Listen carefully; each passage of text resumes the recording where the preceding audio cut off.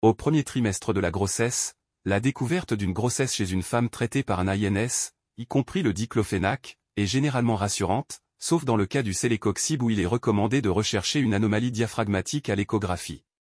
Si l'utilisation d'un INS est jugée nécessaire au premier trimestre, il est préférable de privilégier l'ibuprofène, le naproxène ou le diclofénac, en utilisant la posologie efficace la plus faible et en limitant la durée du traitement. Après la mise en place de la diurèse fœtale, vers 12 à 13 semaines d'aménorrhée, et jusqu'à la 23e semaine d'aménorrhée, l'utilisation ponctuelle d'un INS reste possible, mais tout traitement prolongé doit être évité en raison de son impact potentiel sur la néphrogenèse. À ce stade, il est préférable de privilégier le paracétamol ou les corticoïdes en fonction de l'indication.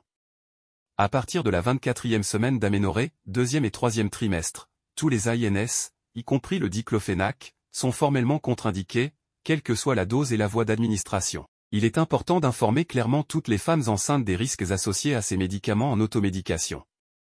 Il convient de noter qu'avant la grossesse, des cas isolés d'infertilité féminine réversible à l'arrêt du diclofénac ont été signalés lors d'une utilisation prolongée.